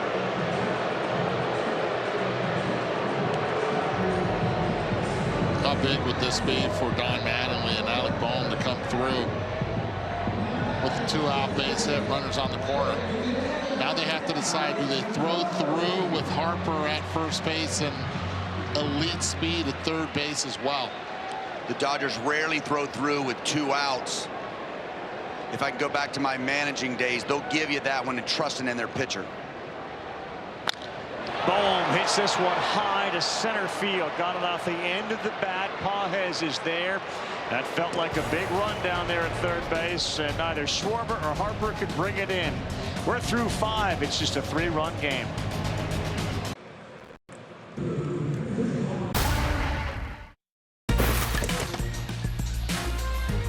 Jordan Walker is the home run derby champion, and he's been the champion of all things offensive for the St. Louis Cardinals, leading them in just about every significant statistical category: homers, runs, hits, RBIs. Jordan Walker's having a year. Cardinals and Angels next on ESPN. Play Ball is baseball's global youth initiative to highlight the fun, the accessible ways to play baseball. To learn more, including how to find a league near you, scan the QR code or go to playball.org and follow at Playball on X, Facebook, and Instagram. It looks like Orion Kerkering is starting to loosen in the Phillies' pen. Sanchez has been very good with just 1 run allowed, but he's now going to throw his 90th pitch. It comes to Mookie Betts. Hey! In there for a strike. So, fellas, what is Mookie Betts this year, and will we ever see the offensive side of Mookie we've seen in years past? What role does the defense at shortstop play in all that as he lights one over the head of Turner? Well, I think, you know, in our manager meeting earlier with Dave Roberts, he made a great point about offensively the toll it takes on you at certain positions. The catcher, obviously, that's what happened to me. And then shortstop in Mookie Betts, you know, it takes a toll playing that kind of defense. Just kidding. Just kidding. But I'm just kidding. I'm just kidding. Sorry, I had to make fun of myself. You know, it is a premier position, and why offensively you don't put a lot of, I guess, the word I'm looking for, you know, a lot of... Give me the first letter. You got lost when you said that happened to me. But you don't put a lot of stock in the offense if you have a great shortstop, and Mookie is playing a great shortstop. Obviously improved this year tremendously and working hard at that, and he's getting older, the speed's deteriorating, and he's playing a difficult position. Yeah, you do wonder if there is in Mookie Betts that let's get to October and you think my legs have left me, I'll show you my ability to steal some bases and run around. Remember, he had that great base running when he was at third base postseason a few postseasons ago. He basically stole a run and helped them win a game. What he's always had is great secondary leads. He's been an elite base runner his entire career, especially when needed at third base, but in scoring situations. But he's such a perfectionist that there's a lot of energy used up defensively to be able to master the position of shortstop, a premium position. And I think it's taken a little bit away from his offense. Rojas 2-2. For Mookie, by the way, Red Sox fans kind of vomit in their mouth every time they think about Mookie leaving Boston, but he's now played more games for the Dodgers than he did for the Red Sox. And again, the numbers are pretty much the exact same for Mookie. By the way, 2 more hits tonight. That last one was 102 miles an hour off the bat. Well, I was on the Red Sox when Mookie came up, and to Eddie's point and to your point, I wouldn't bet against him in the moments. The guy's baseball IQ is off the charts, and it's always been that way. Sanchez, 96th pitch. Rojas to second base. Stott bobbled it, and Turner's throw is not going to be in time. Little bobble for Bryson. They get the lead man in Mookie. Back to KC in the studio. Ravi, you were talking earlier about Ohtani on the mound. We're seeing Sanchez. Doug, the Miz has 6 Ks through 4.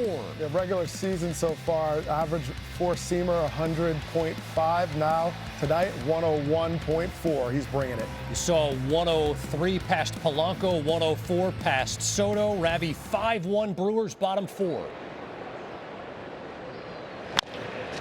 All right, this one on the ground to Bohm. That's foul. Yeah, we had the Mizorowski on with us during the All-Star game here. What an engaging, kind of unassuming giant, if you will, you know? And he knew that he belonged this time.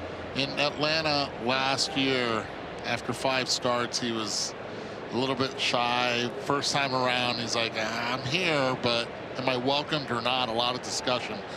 This year, he owned the place. Yeah, but you know who made him feel welcome last year? Schwarber. Kyle Schwarber went up to him and put his arm around him, and Mizorowski relayed that story about how significant a moment that was to have Schwarber come up to him and be like, dude, you belong. Schwarber is no dummy. He wants to get those fastballs right down the middle. Take some off and just feed them to me. Making friends. That's laced up the middle off the bat of Teoscar Hernandez. And down to second base goes Rojas. All right, Rossi, manager earns his money here. What's your call? You got a right-hander throwing. You got Muncy, Tucker on the bench. What you doing? I'm staying with my ground ball guy here. I really, bottom of the lineup, the 2-seamer, he's been getting a lot of ground balls. Well, shows I'm wrong. Here comes Donnie. Baseball. I think it has to do with the pitch count, the 99. They probably figured out this is where they want it. And the last 3 balls have been hit pretty hard. This is the risk, though. You got Alex Call. Do you want to face Call, or do you want to face Max Muncy against Orion Kirkring? Kirkring is coming in. Sanchez is coming out. Tying run, whoever will be coming to the plate when we come back against Orion Kirkring.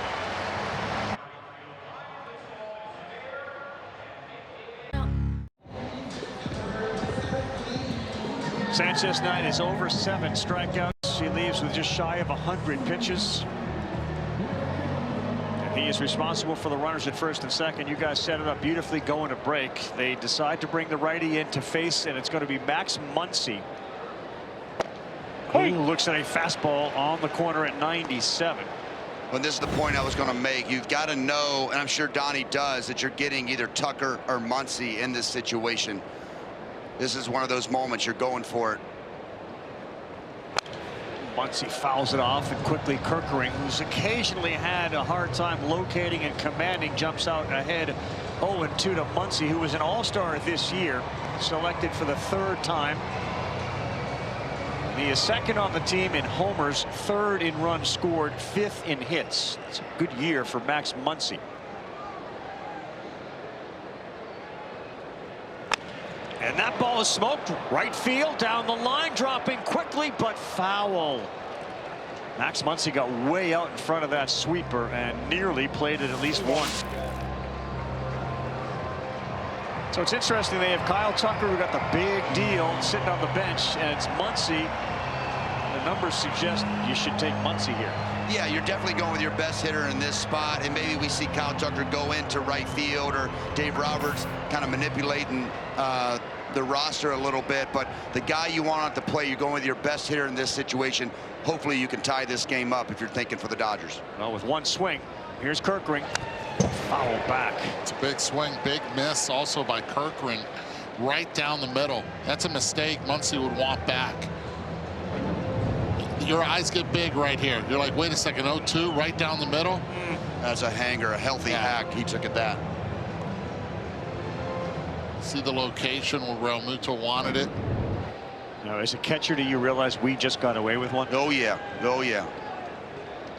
I got a funny pitch comm story if we've got time. Yan Gomes, a pitch just like that, called it, and we had a cancel button if you pressed the wrong button, and one of the pitchers hung one like that, and he just started hitting cancel, cancel, cancel. Midair.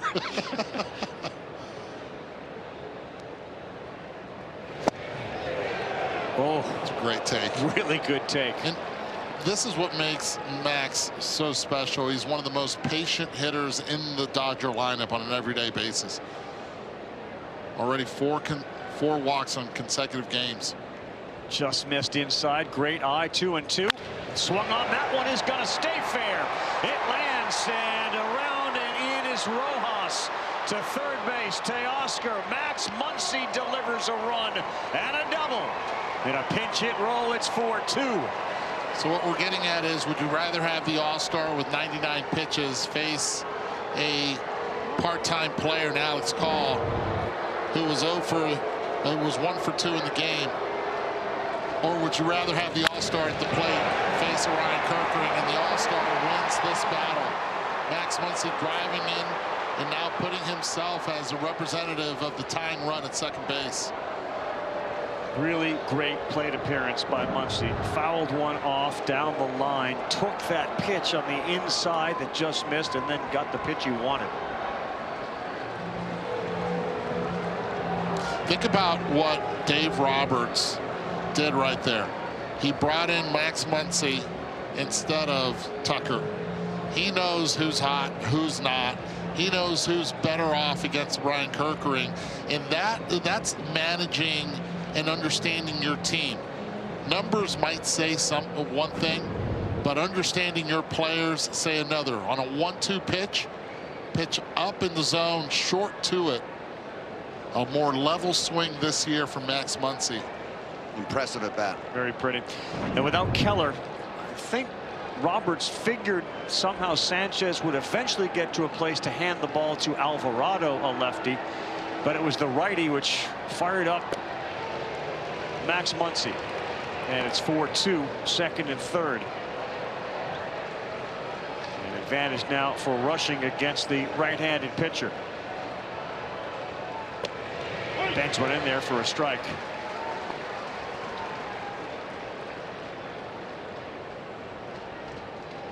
I think he said he feels really good about the back end, and certainly with Duran. That's high. But they need Alvarado to be really good in the second half. Yeah, he's been hit or miss a little bit this year, a little bit of control, command issues. That probably would be the guy if he was on point.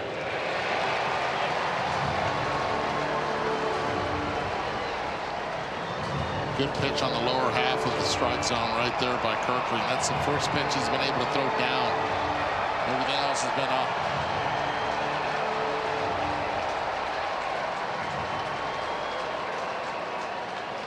Big pitch to the 9-hole hitter on a 2-2. That's way outside. 3-2.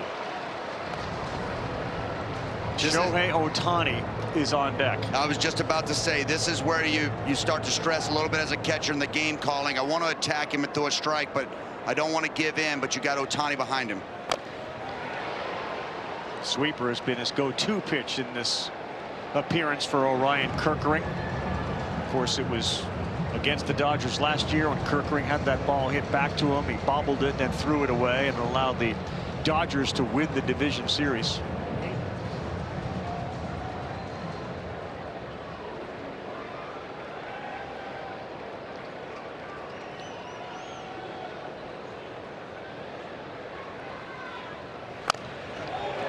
good pitch and good foul. And in the Dodger dugout, the reaction to those fouls, like the other players kind of whooping it up, like, okay, extend the at-bat, extend the at-bat. Keep fighting. You don't need to do too much here. Getting one could be enough to help them climb their way back in this thing. Got him there. Big pitch from Kirkring. A handful of sweepers and then a four-seamer to strike out rushing. Let's see what Donnie does here. Does he put 4 fingers up? Do you face Pages or do you face Ohtani? That's not even a question, is it? I mean, he blew that ball right by him. When that ball's down from Kirkring, it jumps out of his hand. All right, so we won't see the Kirkring versus Ohtani. Another intentional walk by the Phillies. And just an opportunity for Andy Pages, who has arrived this year offensively. He talked about his spring training routine. He'd get in the traject machine. He would watch about 30 pitches, just watch them. And then he would watch 30 more and call them. Ball, strike, swing, no swing. And then he would swing at 30 of them. And a really disciplined approach got him all-star status.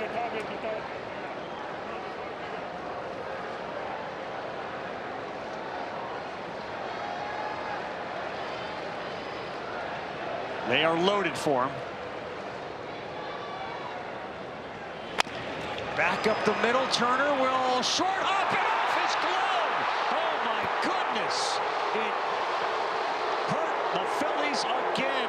Trey Turner's second error tonight. 16 on the season. Another run comes in.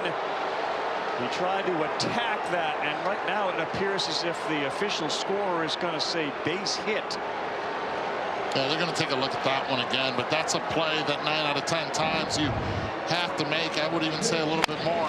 But the one thing I will say is Trey Turner has struggled on anything that goes to his left, coming in like that, and it's been consistent throughout the season. That's a tough one right there. Edman turns around left side, strike one. It's 4-3. Defense, the name of the game, and the Dodgers have shown their defensive skills in the infield earlier with Edmonds play at third.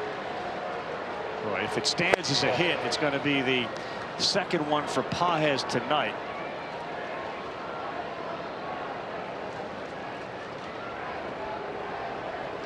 It looked to the naked eye like he so badly wanted to just go get that baseball before it bounced one more time. Well, you have to.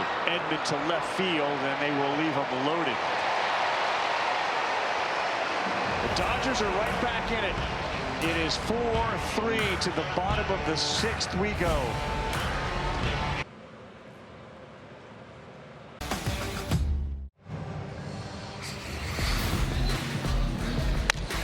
It hasn't been smooth all year for Trey Turner, and tonight another example of that. That was the error that he was charged with. No error there. That ball was hard hit underneath his glove. He was blowing bubbles there, and then he threw his gun out after this play and allowed the 3rd run of the night to score. Credited with an infield hit again was Andy Pages. Then Edman flew out to left to end it. So it's a 1-run game, bottom 6. Sheehan stays in. Think about the Dodgers the last 2 days. Game 1 at Yankee Stadium, Yamamoto gives them a complete game. And then they went full bullpen game in game 2. They need innings from Sheehan, and he's been terrific since the first 2 innings when he gave up all 4. Well, we talked to Donnie Baseball in the pre-manager meeting. He talked about beating the good teams, and you've got to believe it. And this is one of those moments you start to second guess yourself when a great team starts to come back. You got to continue to push and believe in yourself. Marsh hits this one hard, left center field. Everyone going back, looking up, gone. Brandon Marsh with a bomb. How about answering back? Dodgers scored 2 in the top half of the 6th. Brandon Marsh gets one back. And this is the type of hitter he has been all season. An all-star for the Philadelphia Phillies this year. And when guys were struggling, it was Brandon Marsh that worked his way up the lineup and was Mr. Consistency in the first half of the season. A huge home run for Marsh, his 16th of the year, and the All-Star signs of life after the All-Star break. Delivers a very important homer to make it 5-3. Comes off Sheehan, who gets strike one to Stott. That one sounded a little bit different off the bat of Brandon Marsh than most of the balls hit tonight.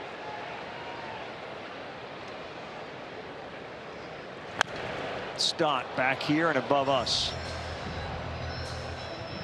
Well, Eddie, you touched on it. I think the only really hard hit ball down the line was Max Muncy. Both sides, the big field approach, the opposite center approach, as we see there from Marsh. Beautiful swing to the left center gap for the home run. Two really good teams with great approaches. Stott golfs one towards the gap. Pages is running after it, and he will have it in and out of his glove. An effort by Pages. He had it for a second and popped out of his glove. That one 100 miles an hour off the bat of Stott, who's into second. This is an elite center fielder, and he made one mistake, and the mistake was he tried to jump for it. They teach you in center field, just run underneath it. But this was hit almost like a 3-iron at him, so he had to just say, and then it curled back at him. But that jump right there hits the heel of the glove, and he wasn't even able to see it into the glove. Yeah, we just got a chance to watch the Open Championship. That was a fade off the bat of Stott.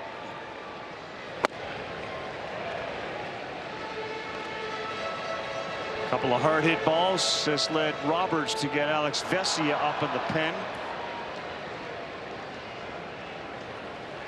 Muncy is at third base, by the way. Hernandez has gone into right field. Edman is in left field. Hey! And this probably could be the last hitter that Sheehan faces. Two lefties coming up. You got Vesia, who's good both against righties and lefties.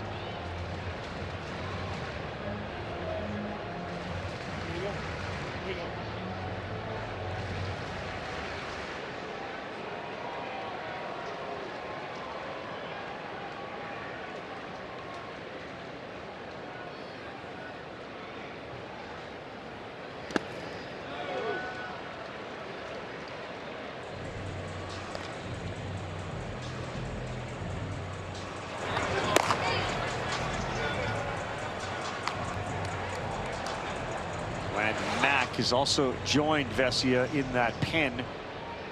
A run out there at second, if it scores, could determine which one of those guys comes into this game. Realmuto a single his first time up, then scored a run and grounded out to Freeman at first. He chased badly there. Good slider from Sheehan. Realmuto is gone.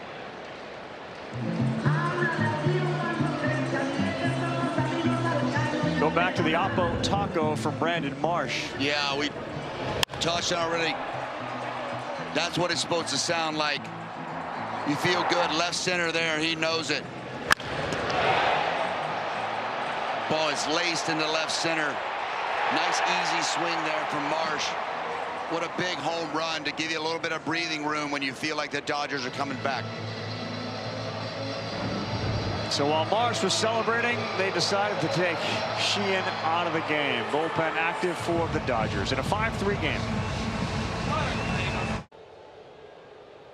Matters. Alex Vesia, the lefty, is on for Los Angeles.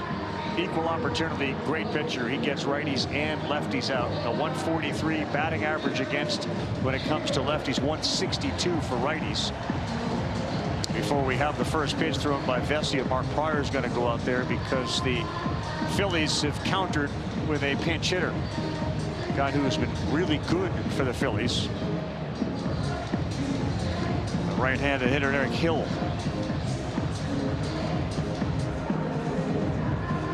Want more MLB stats? Just ask Siri. What pitcher has recorded the most strikeouts in MLB history?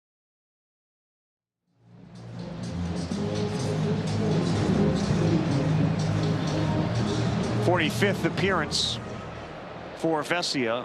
He'll throw you a four-seam fastball about 52% of the time, slider, and a changeup. And Derek Hill is the pinch hitter for the Phillies. You have to be disciplined up in the zone. Wow, strike one appeared way off, and Hill will not challenge. Tough coming off the bench, trying to know the strike zone. First one, trying to get a feel for that thing.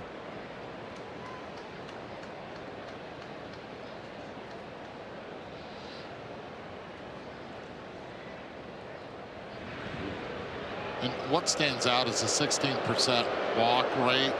Major League average 9%.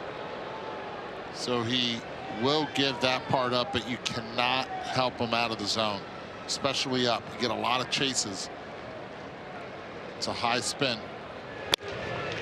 That right there looks so enticing. It looks huge as a hitter, but you better be disciplined, because if not, you're going to swing underneath it. Well, you know you got to get on top of it because of that, and you tend to look up there and chase a little bit more out of the zone. Lays off that one.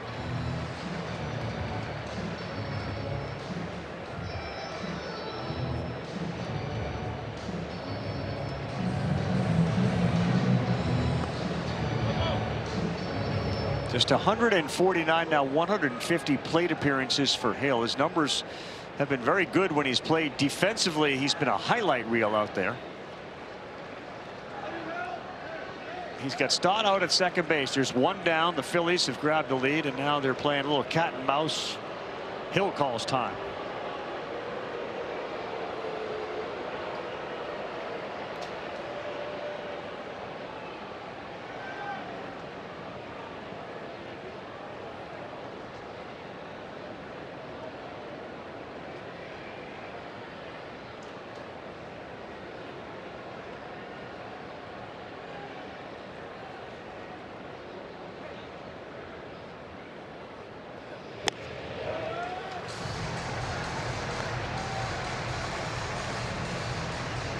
Now you got to force him in the zone. You have to pinhole him right now. One pitch, catch it out in front. If he throws you anything else but a fastball, you tip your cap. 5 of his 7 homers have come against lefties. Another one high, not what Vesia or Roberts wanted. A walk to Hill. First and second. Go all in on game nights with MLB Plus. Stream MLB Network 24/7 in the U.S. and select out-of-market games every week. Plus live radio broadcasts of every single game. Game day 3D, big inning, and minor league action. Visit MLB.com/MLB Plus to subscribe today.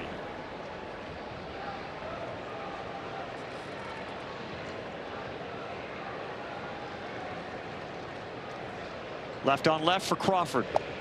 Takes down.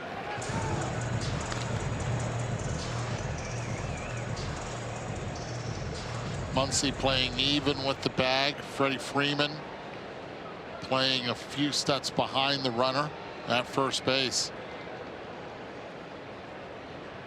Stott goes. That ball swung on left field. He's going to turn around. Edmonds out there. He's under it and will make the play, and both runners will retreat. Oh, he had it stolen too. Crawford focused on the pitch, but sometimes as a hitter, when you see that the runner has it stolen, I don't care how good of a pitch it is early in the count like that, you have to take. Especially when you're ahead in the count here. You see him go. He got a nice stock. It's a nice jump there. Crawford not able to lay off. I found a lot of those times, especially in the 3-2 count, it made me swing a little more. Obviously, you're protecting a little bit more, but they're ahead in the count that Crawford was. Would have been nice to just give him that one. I think that's a conversation right there that Donnie's having with him. Yeah. They have Turner up with a double and a homer. And he laces one down the line. Will it stay fair? Yes! Trey Turner, a 3-run homer, is second of the night. It just gets out. And what a night for the shortstop of the Phillies. The good and the bad. But tonight, the great at the plate. I thought you were going Clint Eastwood on us right there. But look, keeps it fair. Starts starts the game off with a double, then the home run, and then this off-speed pitch out in front is able to keep it fair. When he is locked in, this is as good as you're going to see in offense for Trey Turner. Not on the defensive side, but the changeup just stays middle. And man, he stayed through that thing nicely. That is a patented Turner swing there, just all the way through it on that changeup, Eddie. And we talked about it, knock in more than you let in. He's so focused at the plate, knowing he's cost his team some runs today. A big massive two-out, three-run shot to make it 8-3 for Trey Turner. 2 homers and a double tonight. That's got to feel good.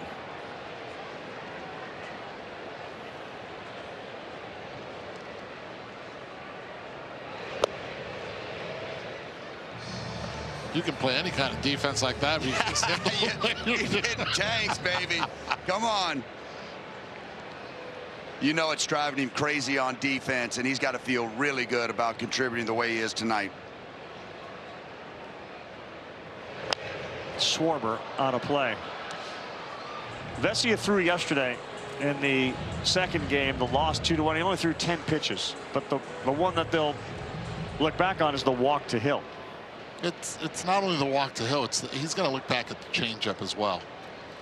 And he throws him a first pitch changeup. Middle. Call strikes 3. Schwarber says, hang on, everybody. We're going to challenge that. That is challenging the strike call. Call was a strike 3, and it did get the corner as Diaz was all over it. Trey Turner's first multi-home run game this season. It came after Brandon Marsh went left central. I'm better than ever. When I'm looking at you, I'm better. And then it was Turner, who's got 4 homers in his last 4 games, and it's all Philly right now. Look, if you're networks focused, not the bourbon. Welcome back to ESPN Baseball, presented by Liberty Mutual Insurance. Dodgers and Phillies. And the game was very close until that guy went yard to left center, and then he was followed with a 3-run shot from Trey Turner. Have a night, Trey Turner. A double and 2 home runs. He has been discussed in nearly every inning, it feels like. 8-3, we go to the 7th. And Jonathan Bolin is now on. He has been really good for the Phillies out of the pen. Given the Keller season-ending injury, they're going to rely on Bolin and Alvarado and Kerkering to get them to Duran. And Dombrowski as well, maybe to fill in the void. Right. Freddie Freeman lifts one high in the air to right. He puts his head down because he knows it's going to end up in the glove of the new right fielder, Derek Hill. And there's one down. You're so right about that sort of patented Turner swing, ball flight down the line, stays through it, rides to get over the wall. Yeah. But I think it has a lot to do with his legs. He went down to get that ball and stayed through it. Not trying to uppercut it, just recognizing the changeup. He's hit a slider over 100 miles per hour today for a home run. He's hit the fastball over 110 miles per hour. Hardest one of the year for him. And then for that double, and then that changeup for a homer. Well, here's Betts, the team's other shortstop, and it's funny we bring Mike Petriello back in. I wouldn't say it's funny, but the idea was Mookie Betts, has used his legs in his career, and he's slowed down. And Trey Turner seemingly is defying Father Time when it comes to at least the speed aspect of it. Why is that? As Mookie gets into one to left field. Did he just leave the building? Yes, a Betts blast. Be nice, Mr. Petriello. Whatever you're going to say, Mookie's got an answer. He's got a dozen. He's hit the ball hard a handful of times tonight, including the 100-mile-an-hour, and now 100 again. Traveled 401 for Mr. Betts. Think about the career he's had as well. 197 stolen bases, 3 away from 200, and then this right here, 4-seamer, middle in, keeping the arms tight to the body. He can pull them in with the best of them, can he? Look at him pull those hands in, barrel to the ball. super quick as a no-doubter.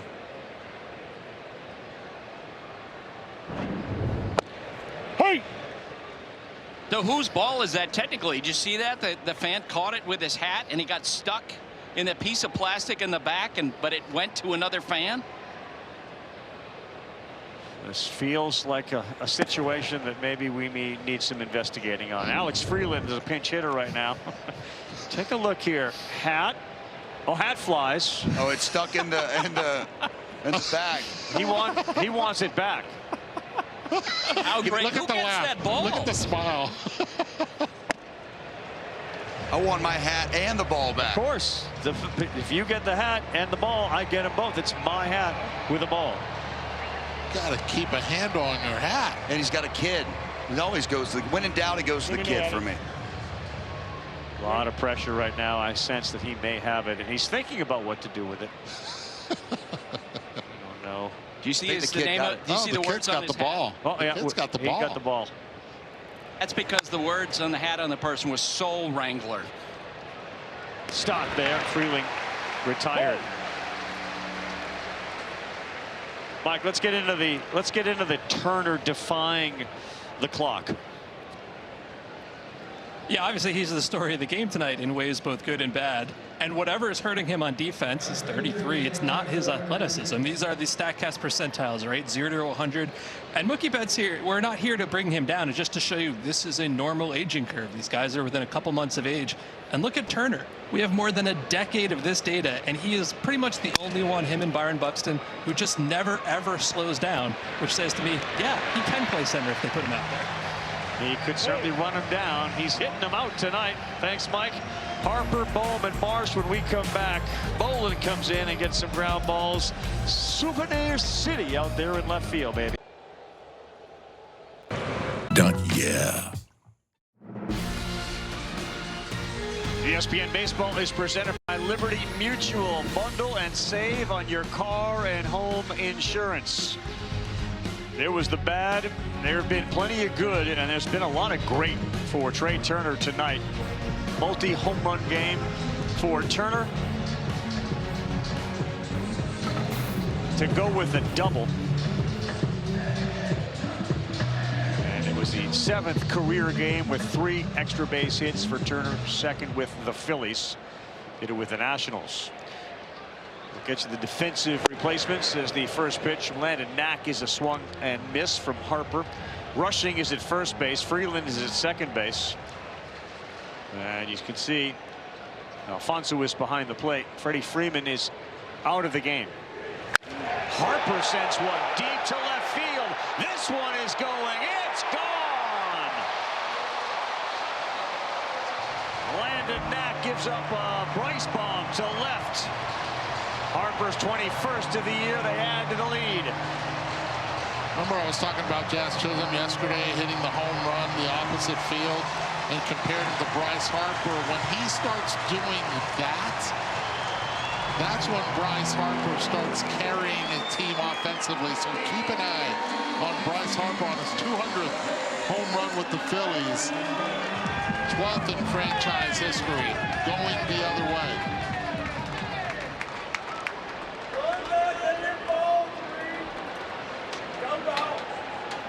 Turner 2, Marsh 1, hey. Harper 1. A 4-homer night for the Fightin' Phils.